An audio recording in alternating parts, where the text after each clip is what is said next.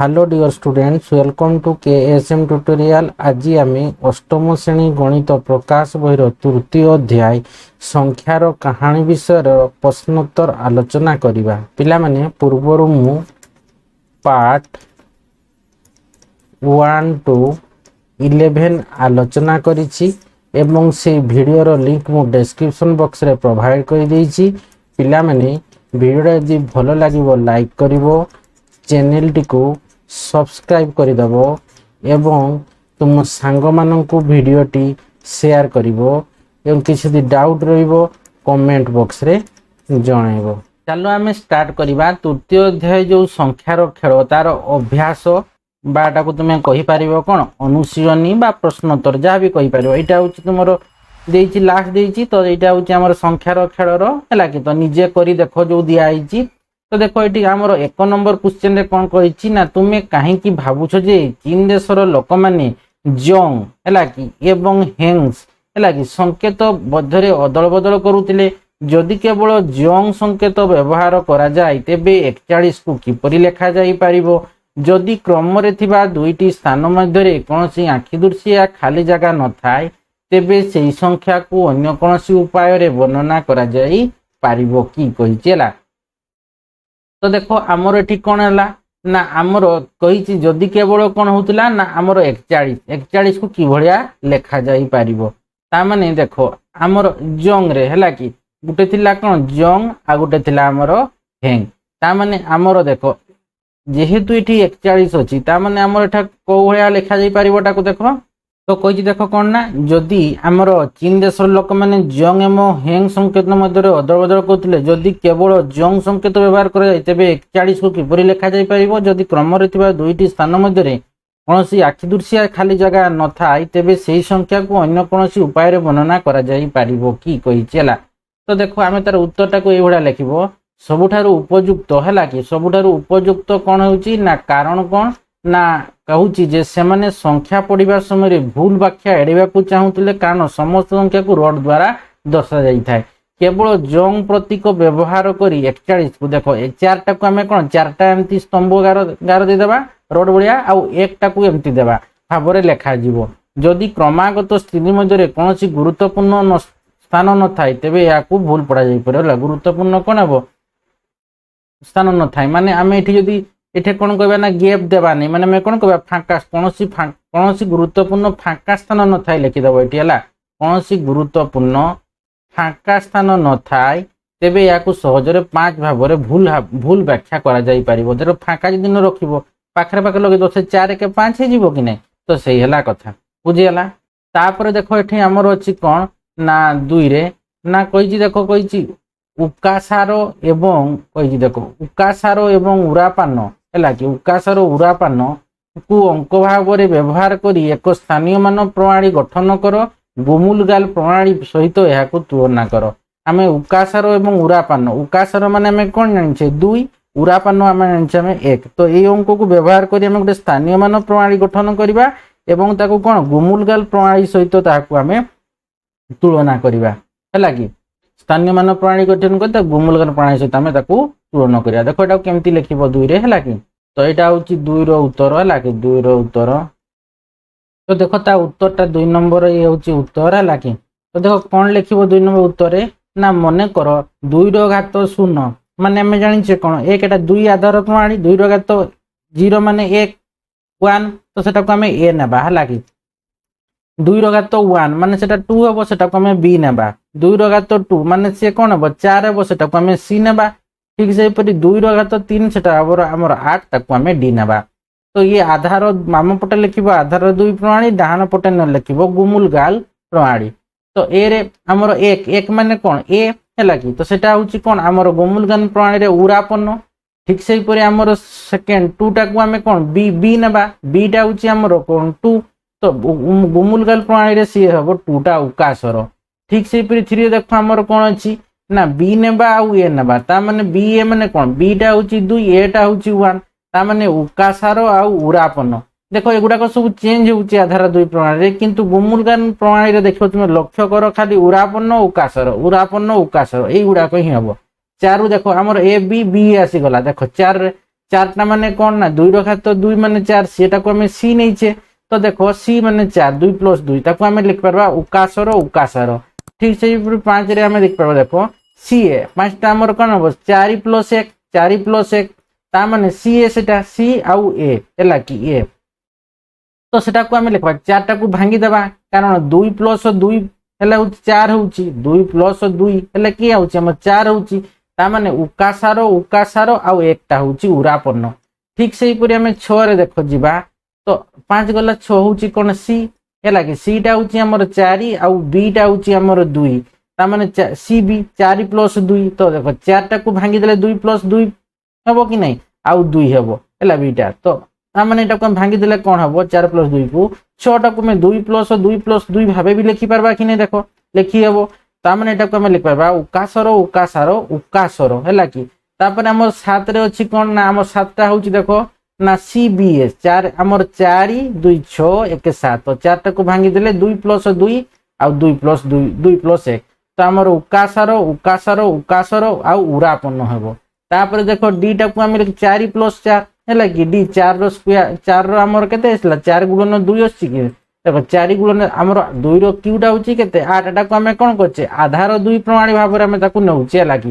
তো 8 টা হচ্ছে কোন 2 ର ক্যু তা মানে ଆମର কোন হবো 8 তো 4 + 4 তা মানে ଆମେ কই পারবা 2 + 2 + 4 তাକୁ লিখি পারবা কি নাই 2 + 2 + 2 + 2 তো এটাକୁ দেখো উকাসর। তো লক্ষ্য কর এটি আধার 2 প্রণালী আমার সংখ্যা গুড়াক সব চেঞ্জ হচ্ছে কি নাই কিন্তু গুমুলগাল প্রণালী কেবল উরাপন্ন আর উকাসর হি আমার সংখ্যা গুড়াক আমার লেখাই যাচ্ছে। তো এইটি লিখব উভয়র আধার 2 সমান কিন্তু আধার 2 প্রণালী অনেক মার্গদর্শী সংখ্যা রয়েছে। 1 তা দেখো 1 র এ 2 বি র 2 আমার 3 র হচ্ছে বি এ সিবিএ ডি এইভাবে অনেক রয়েছে ହେଲା କି ମାର୍ଗଦର୍ଶୀ ସଂଖ୍ୟା ଅଛି। ଯେତେବେଳେ କି ଗୁମୁଲଗାଲ ପ୍ରଣାଳୀରେ କେବଳ 2ଟି ମାର୍ଗଦର୍ଶୀ ସଂଖ୍ୟା ଅଛି ଅର୍ଥାତ୍ ଉକାସର ଆଉ ଉରାପନ୍ନ ହଉଛି 1 ଉକାସର ହଉଛି ଆମର 2 ବୁଝିହେଲା। ତ 2 ଗଲା ଦେଖ 2 ଗଲା 3 ନମ୍ବର ଦେଖ 2 ଗଲା ତାପରେ ଦେଖ ଆମର 2 ନମ୍ବର କଲା କମ୍ପ୍ଲିଟ ହେଲା ତାପରେ ଆସିଗଲା ଆମର 3 ନମ୍ବର ଦେଖ ଅଛି କଣ ତୁମର ଦୈନନ୍ଦିନ ଜୀବନରେ କେଉଁଠାରେ ଏବଂ କେଉଁ ବୃତ୍ତିରେ ହେଲା କି କେଉଁଠାରେ ଦେଖ ଲେଖା ହେଇଛି କେତେ କ୍ୱେଶ୍ଚନ ଦେଖ ଅଛି କେଉଁ ବୃତ୍ତିରେ ହେଲା କି ହିନ୍ଦୁ ସଂଖ୍ୟା ସୂଚକ ଏବଂ 0 ଏକ ଗୁରୁତ୍ୱପୂର୍ଣ୍ଣ ଭୂମିକା ଗ୍ରହଣ କରନ୍ତି କେଉଁଠାରେ ଫାଷ୍ଟ ଲେଖବା ଏବଂ କେଉଁ ବୃତ୍ତିରେ ମଧ୍ୟ ଲେଖବା। ଯଦି ଆମର ସଂଖ୍ୟା ପ୍ରଣାଳୀ ଏବଂ 0 ଆବିଷ୍କୃତ ହୋଇନଥାନ୍ତା କିମ୍ବା କଳ୍ପନା କରାଯାଇନଥାନ୍ତା ତେବେ ଆମର ଜୀବନ କିପରି ଭିନ୍ନ ହୋଇଥାନ୍ତା ସେଟା ବି ଲେଖିବା ଆମେ ହେଲା କି। ଦେଖ ତା ଉତ୍ତରଟା ଲେଖିବ ଏଇଠି ହେଲା। ତ ଦେଖ ତା 3 ନମ୍ବର ଉତ୍ତର ଲେଖିବ B1 ରେ ନା ହିନ୍ଦୁ ସଂଖ୍ୟା ଏବଂ 0 ର ଉଦ୍ଭାବକ ଆମ ଦୈନନ୍ଦିନ ଜୀବନରେ ଏବଂ ବୃତ୍ତିରେ ଏକ ଗୁରୁତ୍ୱପୂର୍ଣ୍ଣ ଭୂମିକା ଗ୍ରହଣ କରେ। ତ ଦେଖ ଦୈନନ୍ଦିନ ଜୀବନରେ ଫାଷ୍ଟ ଲେଖିଦେବା କଣ ଭୂମିକା ଗ୍ରହଣ କରେ ହିନ୍ଦୁ ସଂଖ୍ୟା ବା 0 ଏବଂ ଆମର କଣ ଶୂନ ହିନ୍ଦୁ ସଂଖ୍ୟା ବା ଶୂନ ବା 0 ଯାହା କହିବାର ଦୈନନ୍ଦିନ ଜୀବନରେ କଣ ଆମର ଭୂମିକା ଗ୍ରହଣ କରେ ଏବଂ ବୃତ୍ତିରେ ଆମର କଣ ଭୂମିକା ଗ୍ରହଣ କରେ। তো ଦେଖିବ ଆମର ସେକେଣ୍ଡ ପଏଣ୍ଟରେ ଆମ ଦୈନନ୍ଦିନ ଜୀବନରେ ସେଗୁଡ଼ିକୁ କିଣା ବିକା ମାନେ କଣ ଏଇ ଯେତେବେଳେ ଶୂନର ଯଦି ବ୍ୟବହାର ନଥିବ ବା ହିନ୍ଦୁ ସଂଖ୍ୟାର ବ୍ୟବହାର ନଥିବ ଆମେ କିଣା ବିକା ସମୟରେ ଟଙ୍କା ଗଣିବା ସମୟରେ ବା ମୋବାଇଲ ନମ୍ବର ବ୍ୟବହାର କରିବାରେ ହିନ୍ଦୁ ସଂଖ୍ୟା ଶୂନର ଆମର କଣ ହଉଛି ନା ପ୍ରମୁଖ ଭୂମିକା ରହିଛି। ଥାର୍ଡ ପଏଣ୍ଟ ଲେଖିବ କଣ ବିଭିନ୍ନ ବୃତ୍ତି ମଧ୍ୟ ଏହି ସଂଖ୍ୟା ଗୁଡ଼ିକ ଉପରେ ବହୁତ ନିର୍ଭର କରନ୍ତି ଉଦାହରଣ ସ୍ୱରୂପ ଡାକ୍ତର ମାନେ ରକ୍ତଚାପ ମାନେ କଣ ବ୍ଲଡ ପ୍ରେସର ଏବଂ ଶର୍କରା ସ୍ତର ମାନେ କଣ ଏଟା ଡାଇବେଟିସ ହେଲା କି ଶର୍କରା ସ୍ତରଟା କେତେ ବଢୁଛି କି କମୁଛି ସେ ମାପିବା ସମୟରେ ଆମର ବ୍ୟବହାର କରନ୍ତି ଶୂନ ଏବଂ ହିନ୍ଦୁ ସଂଖ୍ୟାକୁ। ଇଞ୍ଜିନିୟର ମାନେ କୋଠା ପୋଲ କିମ୍ବା ମେସିନର ମାପ ଗଣନା ବେଳେ ମଧ୍ୟ ବ୍ୟବହାର କରନ୍ତି ହିନ୍ଦୁ ସଂଖ୍ୟା ଶୂନ ବ୍ୟବହାର। ବୈଜ୍ଞାନିକ ମାନେ ତାପମାତ୍ରା କେତେ ଡିଗ୍ରୀ ତାପମାତ୍ରା ରହିଛି ଦିନର ତାପମାତ୍ରା ବା ରାତିର ତାପମାତ୍ରା ଏବଂ ଗତି ଭଳି ତଥ୍ୟ ଯେତେବେଳେ ଆମର ମହାକାଶଯାନକୁ ରକେଟ ଗୁଡାକ ଛଡା ଯାଉଛି ସେଟା କେତେ ସ୍ପିଡରେ ଯାଉଛନ୍ତି এই ସବୁ ଗୁଡାକ ତଥ୍ୟ ଭଳି ତଥ୍ୟ ଗୁଡା କଣ ରେକର୍ଡ କରୁଛନ୍ତି ହେଲା କି। ତାପରେ କଣ ନା ରେକର୍ଡ କରିବା ବ୍ୟବହାର କରନ୍ତି ଆକାଉଣ୍ଟାଣ୍ଟ ଏବଂ ବ୍ୟାଙ୍କର ମାନେ ଟଙ୍କା ହିସାବ ରଖିବା ପାଇଁ ମାନେ ହିନ୍ଦୁ ସଂଖ୍ୟା ଏବଂ ଶୂନକୁ କଣ କରନ୍ତି ବ୍ୟବହାର କରନ୍ତି। ଠିକ ସେହିପରି ଦୋକାନୀ ମାନେ ମଧ୍ୟ ଏଇ ହିନ୍ଦୁ ସଂଖ୍ୟା ପ୍ରଣାଳୀ ବା ଶୂନ ଏଇ ସଂଖ୍ୟା ମାଧ୍ୟମରେ ସେମାନେ କଣ କରନ୍ତି ଦୈନିକ ହିସାବ ରଖନ୍ତି। ଯଦି ନଥାନ୍ତା ହେଲା କି ହିନ୍ଦୁ ସଂଖ୍ୟା ପ୍ରଣାଳୀ ବା 0 ଯଦି ନଥାନ୍ତା ତେବେ କଣ ଅସୁବିଧା ହୁଅନ୍ତା। ତ ଦେଖ ଏଠି ଲେଖିଛି ଯଦି ହିନ୍ଦୁ ସଂଖ୍ୟା ପ୍ରଣାଳୀ ଓ ଶୂନର ଉଦ୍ଭାବକ ହୋଇନଥାନ୍ତା উদ্ভাবন হই নথান্তা তেবে আম জীবন বহুত কষ্টকর হইতান্তা। ଆମକୁ ରୋମାନ ସଂଖ୍ୟା କିମ୍ବା ଟାଲି ଚିହ୍ନ ପରି ପୁରୁଣା ପ୍ରଣାଳୀ ଉପରେ ନିର୍ଭର କରିବାକୁ ପଡ଼ିଥାନ୍ତା, ଯାହାକି ବହୁତ ଜଟିଳ ଏବଂ ଦୀର୍ଘ, ବହୁତ ସମୟ ବି ଲାଗିଥାନ୍ତା ଏବଂ ବହୁତ ଜଟିଳ ବି। ଗଣିତ ଇଞ୍ଜିନିୟରିଂ କ୍ଷେତ୍ରରେ ଏବଂ ଆମର ଦୈନନ୍ଦିନ ଜୀବନରେ ଆମେ କ'ଣ କରିଥାନ୍ତା, ଆମର ଅଗ୍ରଗତି ବହୁତ ଧୀର ହୋଇଥାନ୍ତା, ହେଲା କି। ତ ଏଇ ଥିଲା ଆମର 3 ନମ୍ବର, କିପରି ଭିନ୍ନ ହୋଇଥାନ୍ତା ସେଟା ବି କହିଦେଲି। ତାପରେ ଦେଖ 4 ନମ୍ବରରେ କହିଛି କ'ଣ, ଦେଖ କହିଛି ପ୍ରାଚୀନ ଭାରତୀୟ ମାନେ ହିନ୍ଦୁ ସଂଖ୍ୟା ପ୍ରଣାଳୀ ପାଇଁ ସମ୍ଭବତଃ 10 କୁ ଆଧାର ରୂପେ ବ୍ୟବହାର କରୁଥିଲେ, କାରଣ ମଣିଷର 10ଟି ଆଙ୍ଗୁଠି ଅଛି ଏବଂ ଆମେ ଗଣନା କରିବା ସମୟରେ ଆମର ଆଙ୍ଗୁଠିକୁ ବ୍ୟବହାର କରିଥାଉ। କିନ୍ତୁ ଯଦି ଆମର କେବଳ 8ଟି ଆଙ୍ଗୁଠି ଥାନ୍ତା, ମାନେ 10 ଜାଗାରେ ଆମର 8ଟି ଆଙ୍ଗୁଠି ଥାନ୍ତା, ତେବେ କ'ଣ ହୋଇଥାନ୍ତା କହିଛି। ସେ କ୍ଷେତ୍ରରେ ଆମେ ସଂଖ୍ୟା କିପରି ଲେଖିଥାନ୍ତେ। ଦେଖ କେତେ ଗୁଡ଼ାକ କ୍ୱେଶ୍ଚନ୍ ଆସୁଛି, ହେଲା କି। ଯଦି ଆମେ 10 ପରିବର୍ତ୍ତେ 8କୁ ଆଧାର ଭାବେ ବ୍ୟବହାର କରିଥାନ୍ତୁ, ତାମାନେ ଆମର 10ଟି ଆଙ୍ଗୁଠି ଥିଲା ବୋଲି ଆମେ 10କୁ ଆଧାର ରୂପେ ବ୍ୟବହାର କରି ଗଣନା କରୁଥିଲେ। ଯଦି ଆମର 8ଟି ଆଙ୍ଗୁଠି ଥାନ୍ତା, ତେବେ ଆମେ 10 ପରିବର୍ତ୍ତେ 8କୁ ଆଧାର ଭାବେ ବ୍ୟବହାର କରିଥାନ୍ତୁ। ତେବେ ହିନ୍ଦୁ ସଂଖ୍ୟା ସୂଚକ ଗୁଡ଼ିକ କିପରି ହୋଇଥାନ୍ତା, ଏଟା ଗୋଟେ କ୍ୱେଶ୍ଚନ୍ ଆସିଲା, ହେଲା କି। ସେହିପରି 5 ଆଧାର ହୋଇଥିଲେ କ'ଣ ହୋଇଥାନ୍ତା, ଏଟା ଗୋଟେ ଆଧାର ଆସିଲା। ସେହିପରି 5 ଆଧାର ହୋଇଥିଲେ ହିନ୍ଦୁ ସଂଖ୍ୟା 25କୁ 8 ଆଧାର ଏବଂ 5 ଆଧାର ବିଶିଷ୍ଟ ସଂଖ୍ୟା ପ୍ରଣାଳୀ ବ୍ୟବହାର କରି ଲେଖିବାକୁ ଚେଷ୍ଟା କର। ଏହାକୁ ତୁମେ 2 ଆଧାର ବିଶିଷ୍ଟ ଲେଖା ପ୍ରଣାଳୀରେ ଲେଖିପାରିବ କି। ଦେଖ କେତେ ଗୁଡ଼ାକ କ୍ୱେଶ୍ଚନ୍ ଆସିଲା, ତମେ ଗୋଟି ଗୋଟି କରି ସବୁ ଗୁଡ଼ାକୁ ଆମେ ଦେଖ ଲେଖିବା, ହେଲା। ତ ଦେଖ 4 ନମ୍ବରଟା ହେଉଛି ଉତ୍ତର, ହେଲା କି। ତ କ'ଣ ଲେଖିବ ନା, ଯଦି ମଣିଷର 8ଟି ଆଙ୍ଗୁଠି ଥାନ୍ତା, ତେବେ ପ୍ରଣାଳୀଟି ଆଧାର 8 ହୋଇଥାନ୍ତା। ତାପରେ 8 ଆଧାର ପ୍ରଣାଳୀରେ ସଂଖ୍ୟା ଲେଖିଥାନ୍ତୁ। ତ ଦେଖ ଆଧାର 8 ବା ଯୋଉଟାକୁ ଆମେ ଇଂଲିଶ କହୁଛେ ଅକ୍ଟାଲ ସିଷ୍ଟମ ବା ଅକ୍ଟାଲ ପ୍ରଣାଳୀରେ ଆମେ 25 ଲେଖିବା। ତ ଆଧାର 8 ମାନେ 8ଟି ଆଙ୍ଗୁଠି ଥାନ୍ତା, ମାନେ 0 1 2 3 4 5 6 7 ଏତିକି ଯାଇ ରହିବ କି ନାହିଁ, ହେଲା କି। ତାମାନେ ଆମେ 25କୁ ଆମେ 8 ଦ୍ୱାରା ଭାଗ କରିବା, ବୁଝିହେଲା କି ନାହିଁ। ତ ଦେଖ ତ ଏଇଠି ଆମେ କ'ଣ କରିବା, ହେଲା 8ଟି କରିବା। ତାମାନେ ଆମର ଏଠି କେତେ ହେଉଛି, ତ ଦେଖ ଏଠି କେତେ ରହିଲା ନା 1 2 3 4 5 6 7 8 ଅଛି। ତ ଏଟାକୁ ନ ଲେଖିକି ଦେଖ ଯେହେତୁ ମାନେ 1 2 3 4 5 6 7 8 ଏତିକି ଥାନ୍ତା, ମାନେ 8ଟି ଥାନ୍ତା।